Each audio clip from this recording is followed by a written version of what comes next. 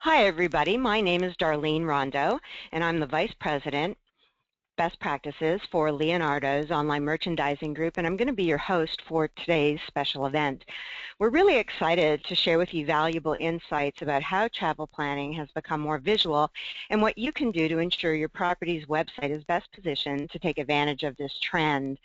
So welcome to everyone around the globe, and to those for whom it's the middle of the night or you may be having dinner while you're listening, a special thank you. A few housekeeping items before we begin. First, we're going to be recording today's webinar, and at the end of the recording, we'll be sending you a thank you for joining us email with a link to that recording, which you can share or listen to again at your leisure. Additionally, and I see some of you have already found it, you have a questions dialog box in your GoToMeeting panel.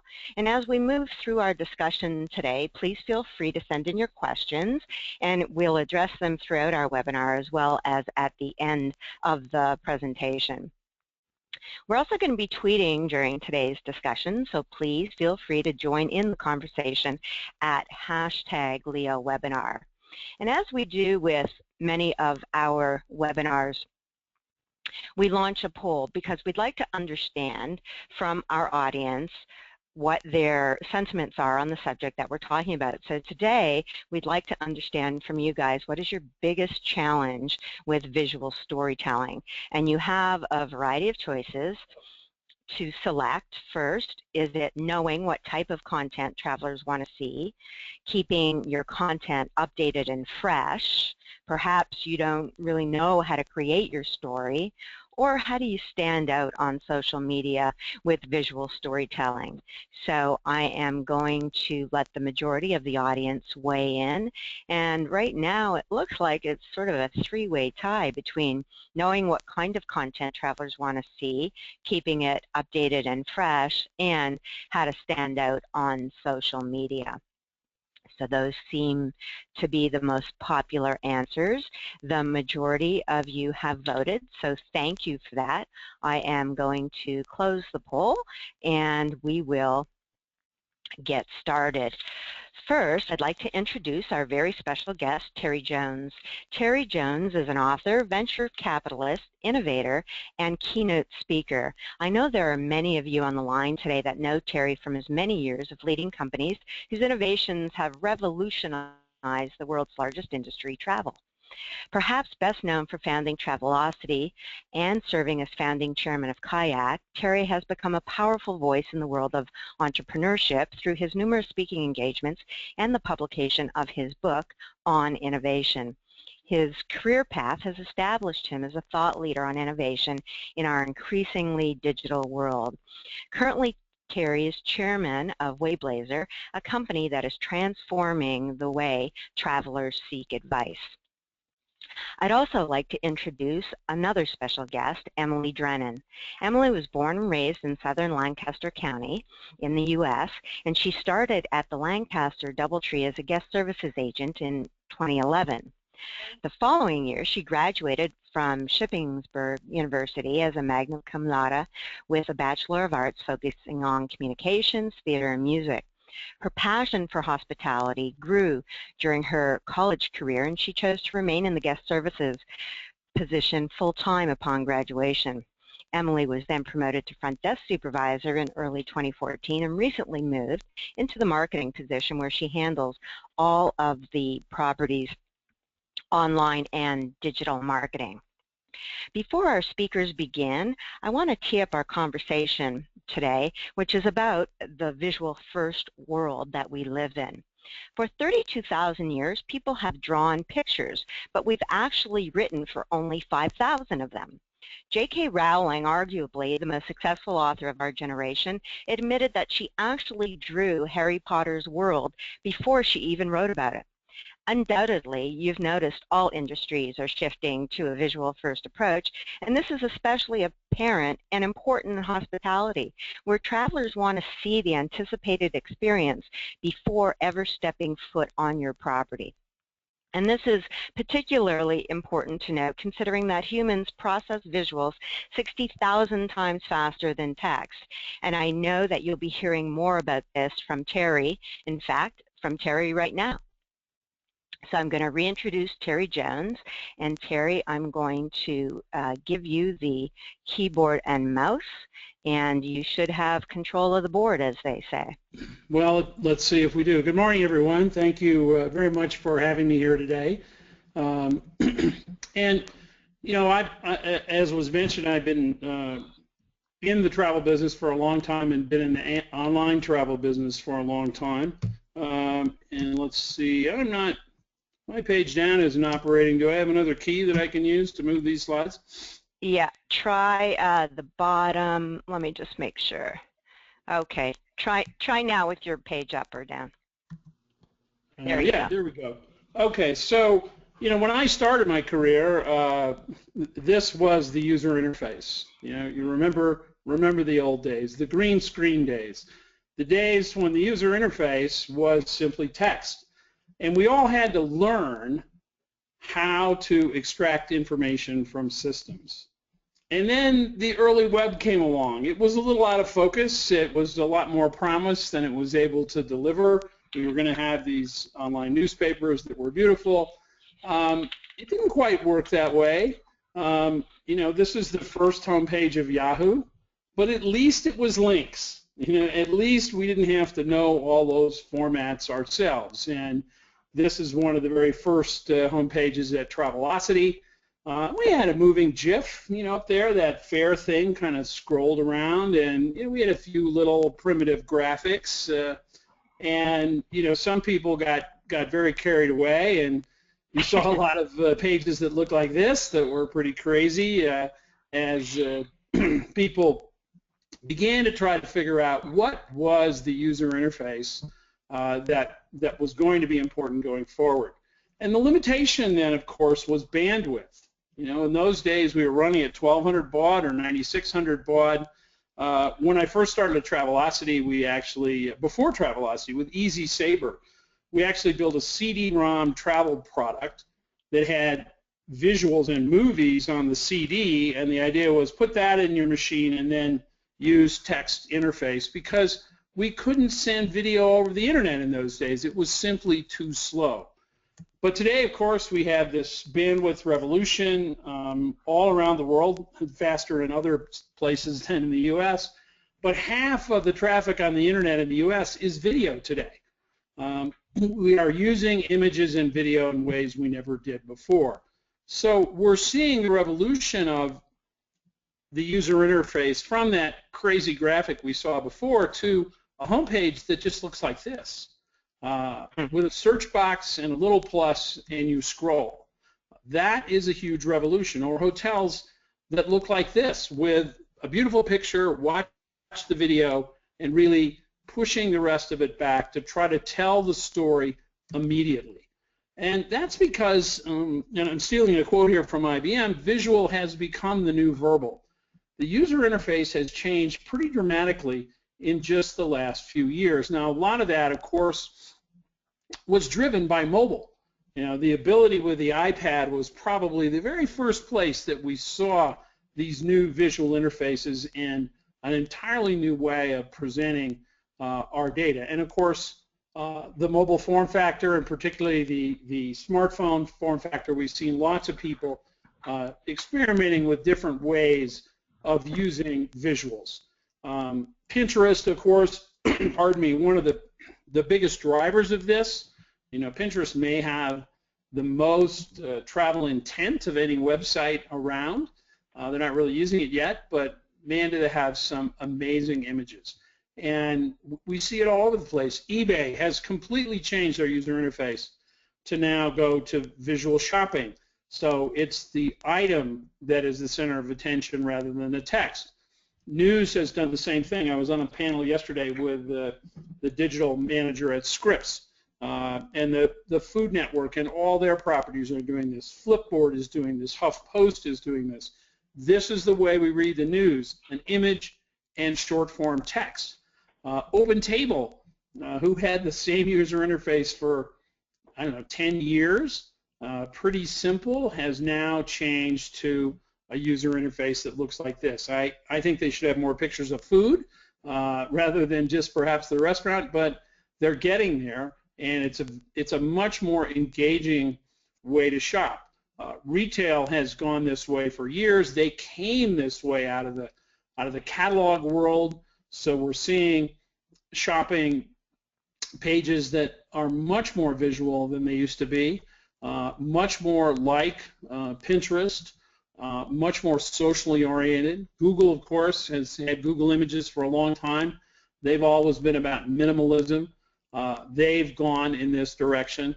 So we're seeing lots of places, even people are now allow you to upload your photograph to their site. They'll analyze the photograph, and then they'll try to say, we have a product just like that. In fact, at FedEx yesterday, they were discussing the way you might take a picture of a package instead of measuring it and uploading it. So we're using visual for communications. Obviously, Instagram, Snapchat, all these products are very visually oriented. And we are seeing in the hotel business properties going this direction. Most of them, I'd say, in mobile more than in their web product. But we know, and Darlene said at the beginning, how very, very important the visual image of the property has become. And in survey after survey, we see that it's right up there with price. I want to know what I'm getting. I want to look at it. 75% of 18 to 34-year-olds prefer visual shopping. And I think the more we do it, the more we're going to see it. And of course, one of the reasons they prefer this is we're seeing now that 50% of travel search by the end of the year will be mobile. And on those devices, it's just much easier to have visual shopping. There's a thing called the visual preference heuristic. A lot of scientific research has been done, but clearly, how do I want to learn about travel? Do I want to read Rouen is a beautiful city of cobbled streets and half-timbered buildings? Or do I want to see Rouen? It's pretty clear what the right answer is. And as we heard earlier, we have much more visual bandwidth around images than we do around text. We've been looking for the saber-toothed tiger for a very long time, and our brains are oriented to take that visual information and process it quickly. And quick is important because speed is important to our customers. Speed and convenience is what they're looking for, and they want to move quickly on our sites. We're seeing that 34% of apparel shoppers are more likely to make a purchase after watching a video. At Orvis, they're increasing conversions. So the reason to do this is to increase engagement and to increase conversion rate. Pinterest is now putting buy buttons in. They're finally starting to monetize Pinterest. And I think it's going to be fascinating to watch how many people shop this way and what the conversion rates are. But in the retail sites that have already done it, they're seeing those increased conversion rates. Now at kayak.com, where I was chairman for a long time, and at many other sites, we've had, of course, visual images from Leonardo and others for a long time, and you can see that Kayak has recently changed. They have this little matrix of photos there for a hotel, and you can pop out and actually look at the room as you're shopping. They haven't gone to sort of the Pinterest grid yet. I haven't really seen anybody do that on the web. I'm sure there's some. At my new company, Wayblazer, we're using the power of IBM Watson, which is very, very good with natural language and at structuring unstructured data to help people search. So one of our first customers is the Austin Convention Bureau, and you can say on their site, I'm heading to Austin for a guy's trip with 3 buddies this fall. Now that's not a question you can ask a normal search engine because they don't know the difference between fall, the season, and trip and fall, a lawyer. And if we make this entry into the Austin Convention Bureau, you will see we come back with a highly visual user interface where we'll tell you, you should go to the Austin Formula One, you should go to Austin City Limits, you should go to a UT football game, because that's what guys do in Austin in the fall. Now, we're taking information from social sites, from blogs, from articles, from books, from magazines, and from Austin and putting that all together. If you drill down, you can see on the left we have more visualization And we're also generating insights from that social information. So turn 15 has the most fan action. Take Route 21 to avoid the traffic. It's probably not going to rain. We're attempting to use this very powerful Watson computer system to talk to you like a friend. And that's a combination of images and words. Now, one of the very largest hotel chains, and I can't announce which one yet, is using this as a concierge, so we can search for what am I looking to do in Austin, where can I go for Saturday brunch, and here you can see, again, a nice visual UI with the same kind of information we were showing before at the Austin Convention Bureau. Where can I go for great music, and this is going to bring up music that's available today.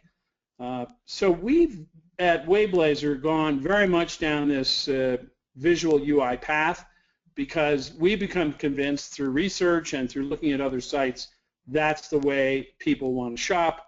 They want an image, they want to see what they're going to get, and then they want some insider information which we're able to give them through the power of Watson. Now we're doing something else pretty interesting for hotels. We have another large hotel chain, also not yet announced, that's going to go live next week, where instead of having a search box that says city, in date, out date, which is all you can say on many sites, or maybe there's a little search box, you can say, where can I stay at your chain that has a tennis court? Or I want to go, here's another one, what hotels have a playroom for children? Or I want to go to a beach in February with my wife and 2 kids, needs to have golf, spa, and great kids activities. We think this is a way to increase conversion because people have to understand what they can get before they're ready to commit to exactly where they go. And we're using, again, a very visual interface here to answer those questions about where they might go that has tennis or where they might go that has a beach. And then as we drill down, there's much more. You see the whole visual stream here where people can highlight the image all the time in addition to getting to the text and, of course, eventually getting to the booking. But as Pinterest grows, as all these other visual sites grow, we think visual shopping is coming to the fore, and it's something that hoteliers worldwide need to focus on. Now, one of the things we've been able to do, and this I just saw 2 days ago at the Wayblazer board meeting, so I put it in at the last minute. If I search for Glen Eagles or I search for Perthshire, I'm going to get the Glen Eagles Hotel. But if you look at this next one, if I search Perthshire Golf, you can see that the image has changed, and it's actually showing the golf course. So, you know, flipping back and forth, I go from the hotel to actually what I searched for. If it was spa, you'd see photos of spa. So we're trying to use the visual image as the cue to say, yes, we have exactly what you need. To finish up, we also have a pretty interesting Twitter product that we're coming out with where you can actually tweet a question. Let's say I'm in line in Austin. What's the best place for barbecue? The system, not a person, will respond with a tiny URL that will actually take you to that visual, impactful site again. So we're using this in social in many different ways, as of course are all of you. And we're using automated visual recognition to search through these images. Here the system has said 78% chance it's a tiger. Obviously we need a higher resolution than that. But generally these tools are doing very well in helping you sort and tag images. So we've moved from the old green screen UI through the early GIFs to now wonderful images. I think it is true that visual has become the new verbal. It is the way that today's users who are increasingly mobile, again, at kayak.com, 30% of our bookings are now coming through mobile. We think it'll be over a half, over 50% in just 2 years. And that's the way we're going to talk to people. That's what we're excited about Wayblazer, where we're offering cognitive search, cognitive concierge, and some of these service products like the Twitter one. and we'd love to talk to you more about Wavelaser and about visual is the new verbal if you'd like. And I guess now we have time for some questions. Excellent. Thanks, Terry. That was fascinating. And, you know, it's always, I think, really interesting to see the evolution over the last 30, 40 years or so of where we were and how far we've come. You know, one of the things I found particularly interesting, as you point out, when you provide hotel shoppers with useful and relevant information, then that endears them to you. You stay top of mind and have a much higher chance of being selected when it comes time to do the bookings. So, you know, just makes a ton of sense. At Leonardo, we did a survey, or an analysis rather, last year where we analyzed more than 500 million pieces of photos, and we wanted to understand what people were interested in. What do people click on when they're online looking for hotels? And the number one photo type that they clicked on was rooms, followed by restaurants, attractions, so on and so forth. And so interestingly, the exterior of the building was number 9 in the top 10. So it just shows you, as you point out, what people are looking at and what they're being drawn to. So here's a question from Rachel in the audience, Terry. Rachel wants to know, for mobile, how do you think that fact that so much of traffic is coming from mobile today and will continue to, how will that impact the actual web pages on the desktop design, if anything? Well, I think what we have to recognize today is that, you know, particularly with hotels, the adoption of apps is relatively low, and therefore we have to have a responsive web, right? And what I think that's going to drive is the fact that if the majority of the traffic is mobile and you're using HTML5 and responsive pages, then your website's going to end up looking like your mobile site. When I talked to Steve Hafner at Kayak yesterday about this, he said they have redeployed almost all their product development people on mobile because that's where they know the money is going to come from in the future. So I think the mobile web will drive the old-time browser web, and that's the world gone upside down. And I think we also have to realize that customers don't care about channels or devices, they care about solutions. They want your system to work the same way on the web, on their iPad, on their mobile device, and frankly, they want to be treated the same way over the phone and when they get to the property. They want them to know you, you to know them, and treat them the same way no matter what channel or device they come through. No, that's an excellent point. Michael from the audience has a question about bandwidth. He says, he's asking, you know, if bandwidth was an issue back in the early days of the internet, will bandwidth continue to be an issue with mobile now that there's all this visual shopping being anticipated? Well, I think we're seeing the amount of bandwidth that's happening through mobile just multiplying like crazy. I'm on the board of Boingo. We do Wi-Fi all over the world, and particularly in airports. And what's happening is the mobile carriers are offloading to us to carry their traffic because they can't carry peaking traffic in airports. And they know people need the bandwidth. The plane lands and everybody turns on and downloads a new video. So I don't think it'll be so much of a problem in the developed world, but in the developing world, the majority of the phones are not smartphones. They're doing amazing things with text messages, and low bandwidth. So I think it depends on where you are. But I think in much of, you know, certainly North and South America, Europe, and a lot of Asia, I think bandwidth will not be a problem and will continue to increase just like chip power is increasing. And one last question from the audience, Terry.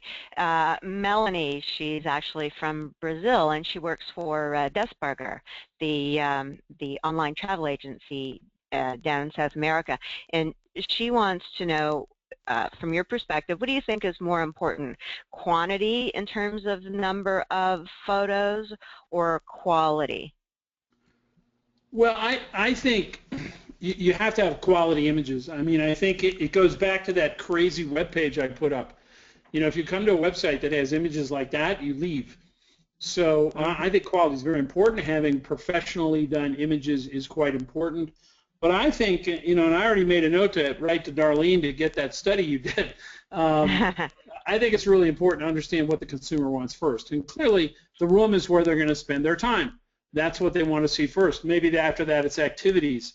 You know, people get all tied up in their lobby and they're outside of their hotel. It's sort of like the review that says, the deep teak of the front desk is reflected in the Carrara marble of the. Right. You know that's written by the manager, and nobody else cares. You know, Right. I care about where I'm going to stay. I care about the service I'm going to get. So I just spoke at an apartment owners conference and said, "Why do you guys all have pictures of the apartment rental office? Who cares? I never want to go there." Right. Exactly. I think you need to prioritize those images. But they do, you know, even if you have a small number, make sure they're a professional quality, and of course, the folks at Leonardo can help you there. Excellent. Thanks, Terry. We still have tons of questions coming in from the audience, but I know we need to move on with our presentation today. So thank you, everyone, for writing in great questions. Terry Jones, thank you very much for joining us today. Fascinating stuff, and I know we're going to hear a lot more about Wayblazor in the future. So. Thanks, and I'm happy to answer any of the questions via email later, but I got to run. Thanks. Bye now. Thanks, Terry. Well, thanks, everybody. We're going to continue with our presentation, and I am going to reintroduce Emily Drennen, and Emily is the marketing specialist at the Lancaster DoubleTree. And Emily, welcome to the webinar today, and I'll let you take it from here. Thanks, Darlene. I wanted to start off with a quote that I feel like is very powerful and very relevant to today. The drawing shows me at one glance what might be spread over 10 pages in a book. That was written by Ivan Turgenev in 1862 in a book called Fathers and Sons. And I really believe that we're really seeing that now, being very prevalent. Something that was written back in 1862 is becoming more real to us now. I'm really seeing now that guests want to see it all. At the Lancaster DoubleTree, we really noticed this change in the way the travelers shop simply by them calling in and asking us, well, what's it like? They wanted to know real descriptive answers to what things are like, what they're going to see, what they're going to expect. And it's easier to show them a picture than to try and come up with descriptive words that are really going to give them that full experience. We really wanted to help them find the local information that's relevant and helpful to them, help them to understand what their experience is going to be like through visualizing themselves there. We've really found that guests find that more helpful, and that we have found that as a helpful way as well. Because of that, we actually decided to change our website. We switched from an image-driven website in December of 2014 and have seen great results because of it. We've allowed our images to tell our story, and I feel that's so important to a hotel to give that story and to show what the guests are going to experience, who they're going to meet, and more than just where they're going to rest their head, but what else they're going to experience while they're there. We can also see that travelers really want to know what to expect when they walk in the door. It gives them a chance to feel more at home as they walk in the front door, just by providing that element of there's no surprise when you walk in. You see exactly what you're going to see on our website, which is a really cool experience. That change from the website, you can see our old website is highlighted on this slide here. It's just very busy, and this is where we started from. It's kind of, there's a lot of links, there's a lot of text, a lot of written out things, and then we moved on into our new interface, which is so image heavy. The first thing is just right when you walk in the door of your room, this is where you're going to be at. This is where you're going to relax and enjoy your stay. which is really kind of exciting for guests, I think, who they just want to see where they're going to go. And I feel that even myself included, when I go online, I just want to look at a picture of what I'm going to see instead of being surprised by, you know, what's written is different than what I'm seeing. So adding this visual aspect to our website has really helped our guests to visualize themselves in the room and to visualize themselves at the water playground or anything like that. Another exciting thing is going into social. Visuals work really well with taking it from the website and putting it onto social media. It's a lot easier, especially with Pinterest and Facebook, Instagram as well. We find that we can reach a wider audience with our visuals, and I'm sure many have experienced that as well. Simply putting text onto Facebook really doesn't go very far, but adding those visuals really helps increase your engagement as well. And people, you know, who come to our Facebook or happen to see a friend like something can just be like, wow, that's really cool. I want to see that in person.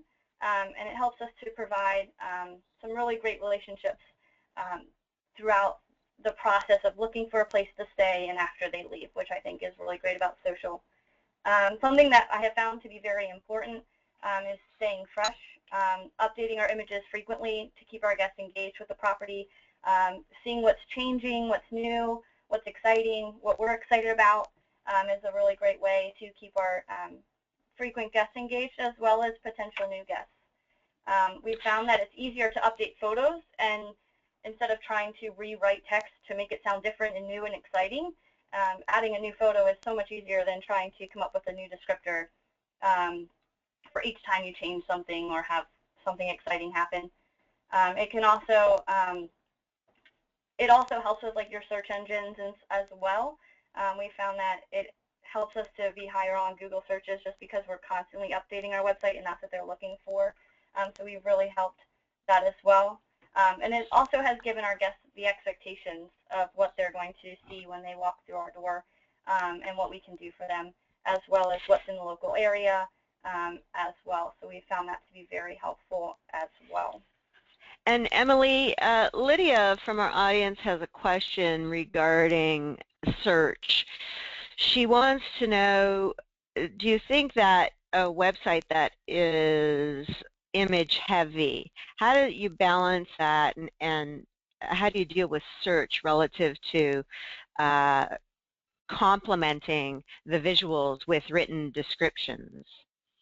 I think, yeah, adding visual descriptions is important.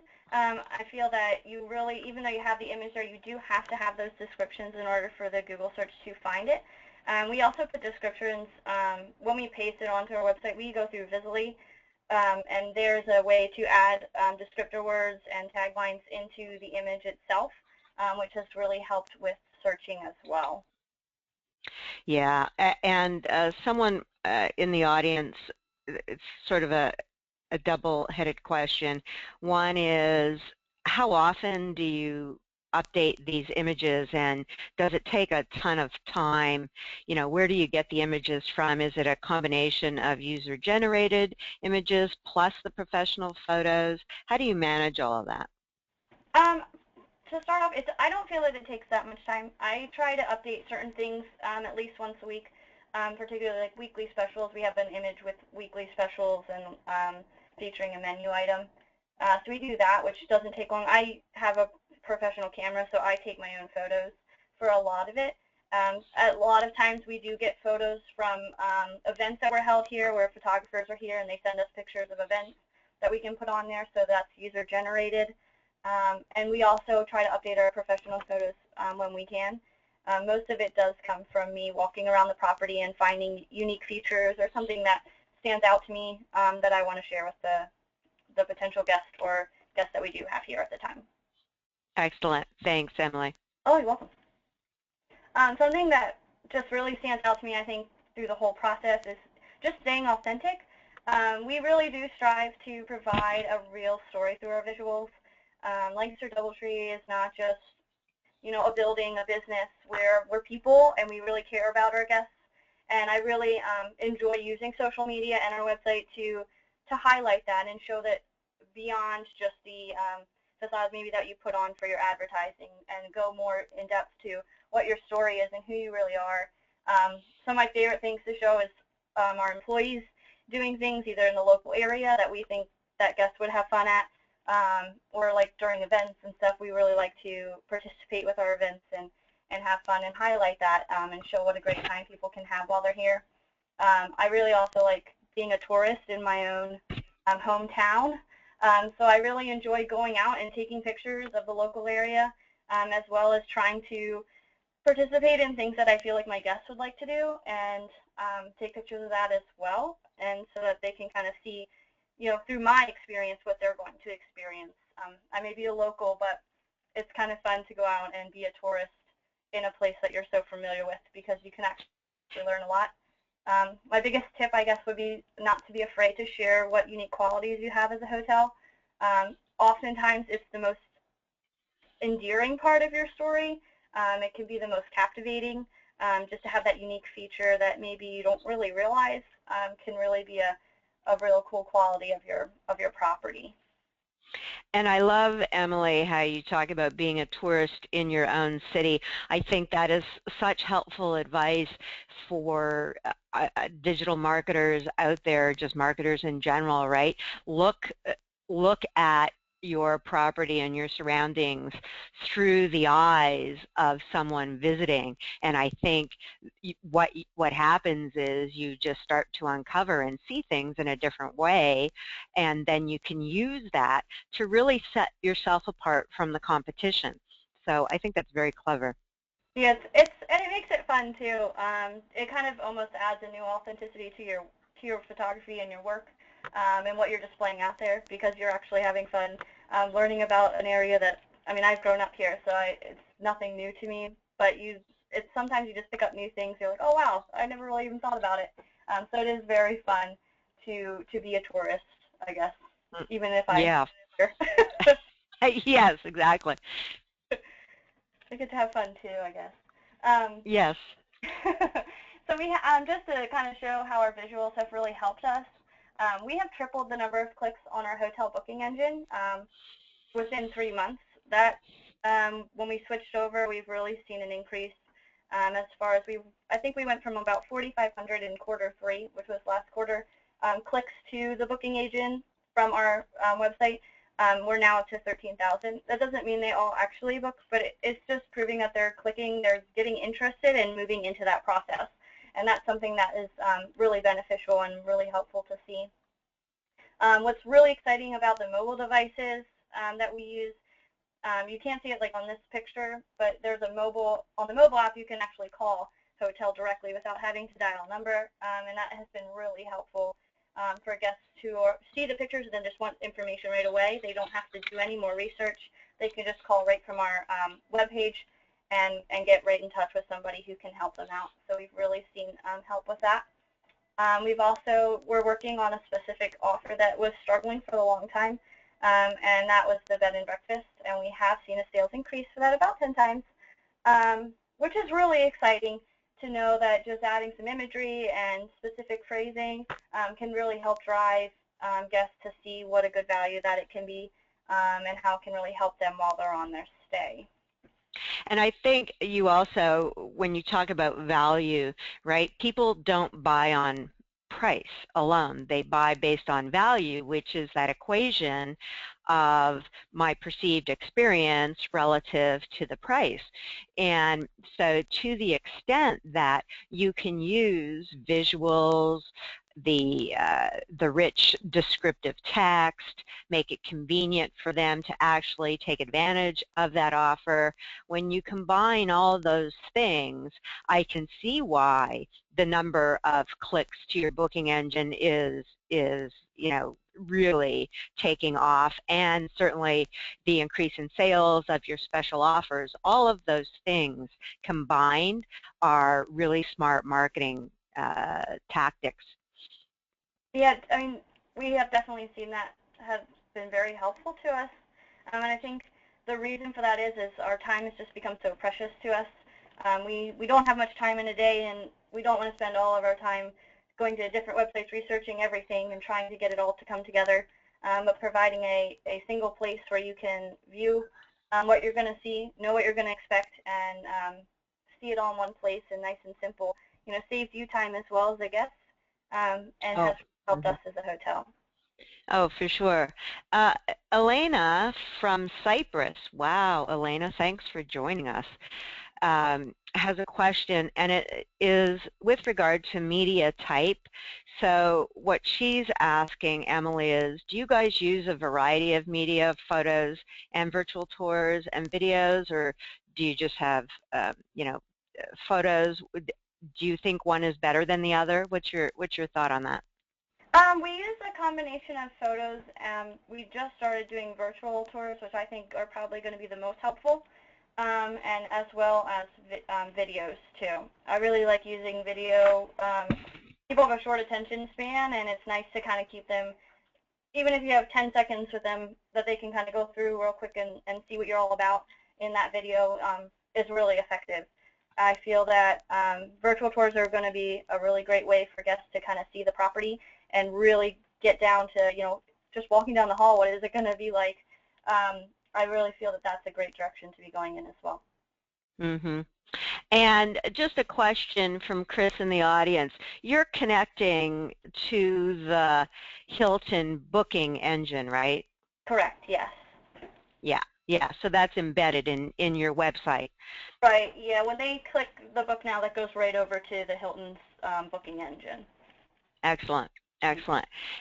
Here is your that's the summary. I'm just going to summarize quickly what Emily has been talking about. Perhaps the travel shopping journey hasn't changed in and of itself, but rather there are digital marketing tools that have evolved that give hotel shoppers today access to visuals and relevant information like they've never had before. As the chairman of one of the world's largest chains always says, people enter your digital front door long before they enter physically.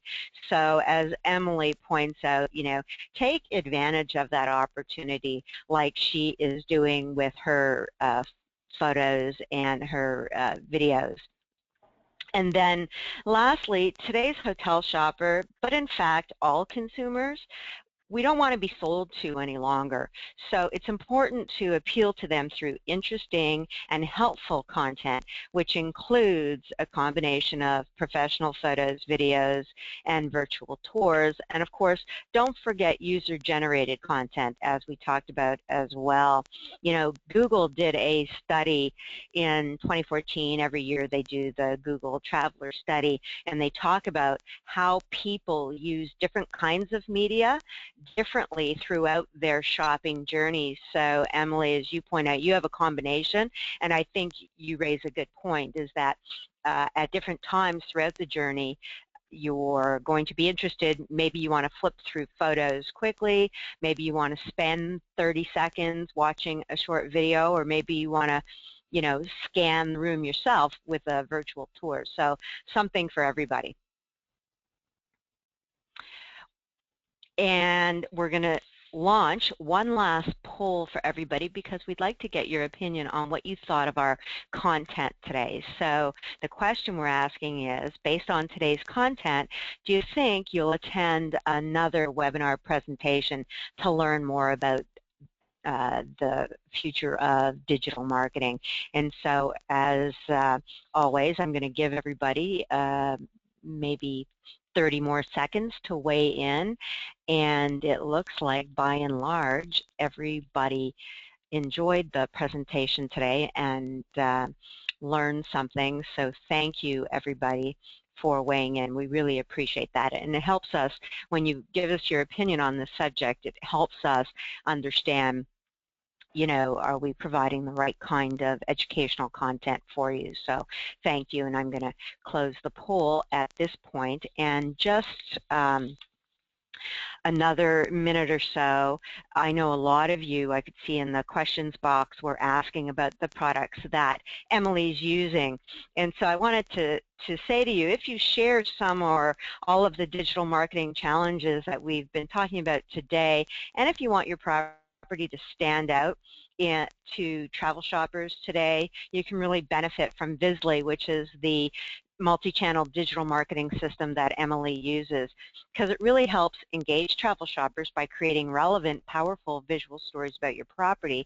And then once you have those stories created, you can make sure that they reach the millions of travel shoppers consistently by publishing them everywhere that potential guests can find you online. And that includes your own website, mobile sites, social media sites, or digital brochures on travel websites. And it really helps, as we talked about, it helps you communicate the value you're providing so that you just don't sell on price. So thank you, Emily Drennen from the DoubleTree Lancaster. We really appreciated your participation today. It's always really helpful to our audience to hear from a hotel themselves, and so we really appreciate you sharing all of the valuable information that you had.